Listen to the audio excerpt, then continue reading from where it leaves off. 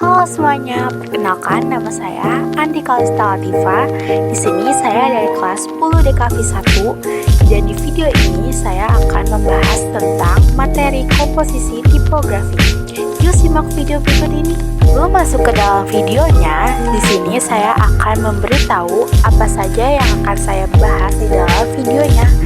Yang pertama, ada sejarah tipografi, yang kedua pengertian tipografi, yang ketiga jenis tipografi, yang keempat jenis fungsi karakter anatomi huruf, yang kelima lingkup huruf, yang keenam layout dalam tipografi, dan yang ketujuh ada pengertian leading, kerning, dan tracking. Sejarah tipografi. Sejarah perkembangan tipografi dimulai dari penggunaan pictograph dipergunakan oleh bangsa Viking Norwegia dan India. Bentuk tipografi ini merupakan akar dari bentuk demotik yang mulai ditulis dengan menggunakan pena khusus. Bentuk tipografi tersebut akhirnya berkembang sampai di Kreta, lalu menyebar ke Yunani dan akhirnya menyebar ke seluruh Eropa. Puncak perkembangan tipografi terjadi kurang lebih pada abad ke-8 sebelum Masehi di Roma. Saat itu, orang-orang Roma mulai membentuk kekuasaannya karena bangsa Roma tidak memiliki sistem tulisan sendiri. Pengertian tipografi. Pengertian tipografi merujuk pada seni memilih dan mengatur huruf atau teks sebagai elemen visual dalam suatu desain. Dalam konteks ini, teknik tipografi tidak hanya mempertimbangkan penampilan dan kesan visual, tetapi juga memperhatikan aspek daya tarik, pemahaman pembaca, serta maksud pesan yang ingin disampaikan.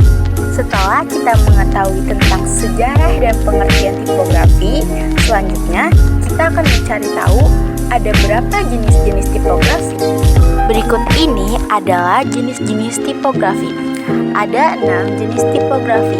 Yang pertama, serif, yang kedua, sans serif, yang ketiga, Egyptian, yang keempat, script, yang kelima, dekoratif, yang keenam, miscellaneous. Mari kita simak penjelasan tentang jenis-jenis tipografi berikut ini. Yang pertama ada serif. Serif jenis tipografi yang paling umum karena memiliki bentuk sangat klasik. Yang kedua ada sans serif. Bentuknya lebih sederhana, sering digunakan dalam tipografi karena menunjukkan kesan yang bersih, modern, dan efisiensi.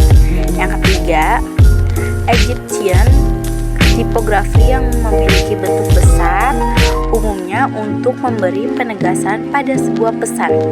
Yang keempat ada script, jenis huruf yang cenderung mirip dengan tulisan tangan tradisional. Yang kelima ada dekoratif, jenis huruf yang menyediakan ragam pilihan pada bentuknya. Yang keenam ada miscellaneous, yaitu tipografi yang berasal dari pengembangan huruf yang sudah ada. Lalu selanjutnya ada pengertian dan fungsi karakter anatomi huruf. Anatomi tipografi atau jenis huruf mengacu pada elemen visual yang bersatu untuk membentuk suatu huruf dalam jenis huruf. Fungsinya yang pertama, membuat jenis huruf yang koheren, yang kedua, membuat teks yang mudah dibaca dan menarik secara visual, membantu desainer untuk memilih, mengklasifikasi, dan mengatur jenis huruf, membantu desainer untuk membuat keputusan yang tepat saat memilih jenis huruf, meningkatkan ketepatan dan kejelasan desain tipografi. Berikut adalah beberapa pengertian berdasarkan konteks. Dalam linguistik, lingkup huruf bisa merujuk pada abjad atau karakter yang digunakan dalam bahasa tertentu. Dalam tipografi atau desain grafis, lingkup huruf bisa merujuk pada jenis huruf atau font, gaya huruf, atau italic, bold, reguler, ukuran, jarak antar huruf atau kerning, dan jarak antar kata yaitu tracking. Dalam pendidikan atau belajar menulis, lingkup huruf bisa berarti mencakup huruf yang diajarkan. Ada layout dalam tipografi.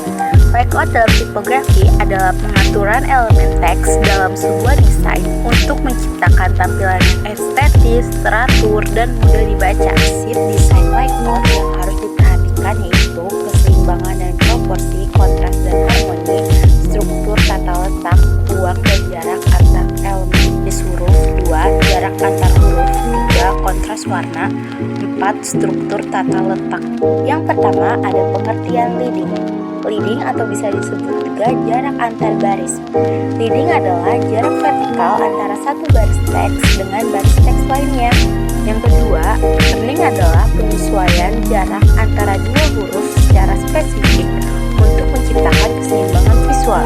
Yang ketiga, ada tracking. Tracking adalah pengaturan jarak keseluruhan antara semua huruf dalam satu kata, kalimat, atau paragraf.